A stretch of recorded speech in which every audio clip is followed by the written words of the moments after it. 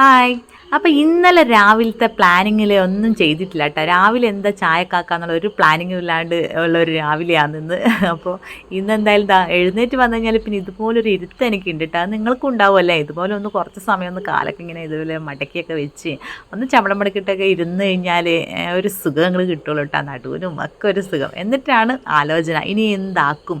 സത്യം പറഞ്ഞാൽ നമ്മൾ എല്ലാ ദിവസവും തലേന്നേ നമ്മൾ കടല, ചെറുപയർ, ഗ്രീൻ പീസൊക്കെ വെള്ളത്തിലിടണമല്ലോ. അപ്പം തലേന്നേ നമുക്കൊരു പ്ലാനിങ് ഉണ്ടാവുമല്ലോ, പിറ്റേ ദിവസം ഇതൊക്കെ ആക്കണമെന്ന്.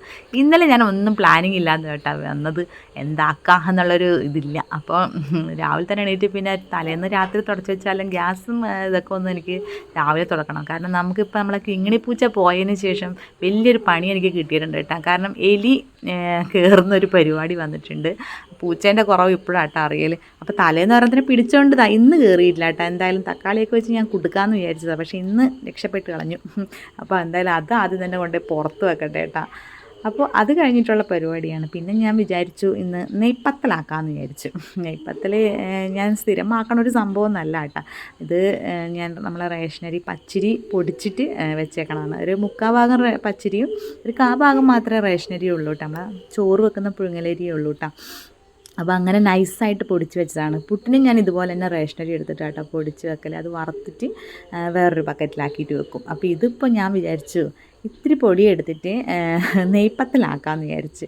നമ്മൾ ഡെയിലി പുട്ട്, മറ്റേ ഇഡ്ഡലി, ദോശ, ചപ്പാത്തി, പൂരി ഇങ്ങനെയുള്ള ഐറ്റംസ് ആണല്ലോ. അപ്പോൾ ഞാൻ പത്തിൽ ആക്കൽ കുറച്ച് കുറവാണ് കേട്ടോ. എപ്പോഴേക്കോ ആക്കലുണ്ട്, അങ്ങനെ അത്രയേ ഉള്ളൂ. അല്ലാണ്ട് ഡെയിലി ആക്കൽ അങ്ങനെ ഒരു സ്ഥിരമായിട്ടൊരു പരിപാടിയൊന്നും ഇല്ല കേട്ടോ.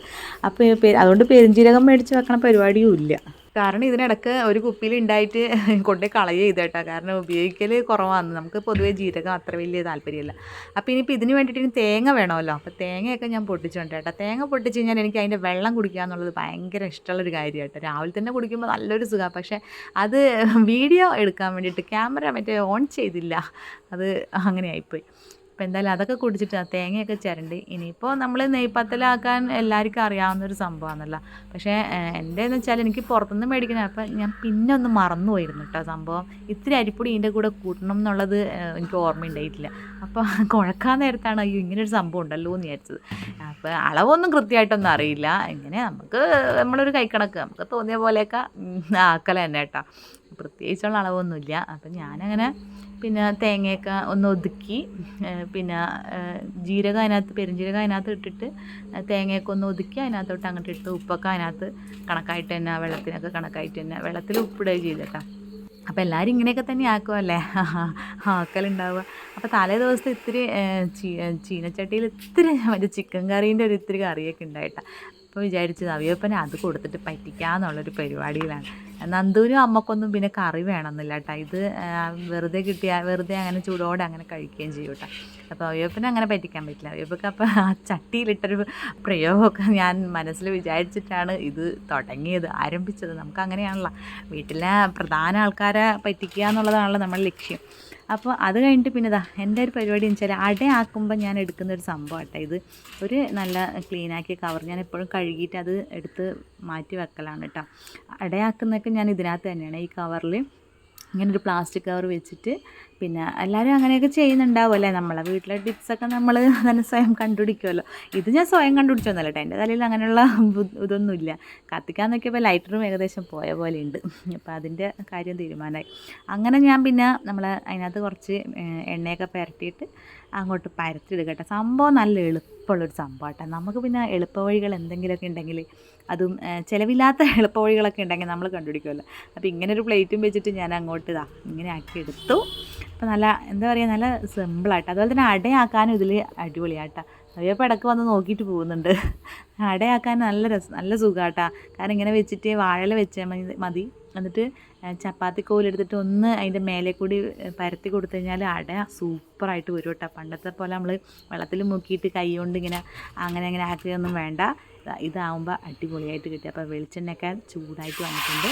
ഇനി അങ്ങോട്ട് അത് ഇട്ട് കൊടുക്കുക. അപ്പം ഞാൻ പ്രതീക്ഷിച്ചതിൽ നന്നായിട്ട് അങ്ങോട്ട് പൊന്തി വന്നു കേട്ടോ.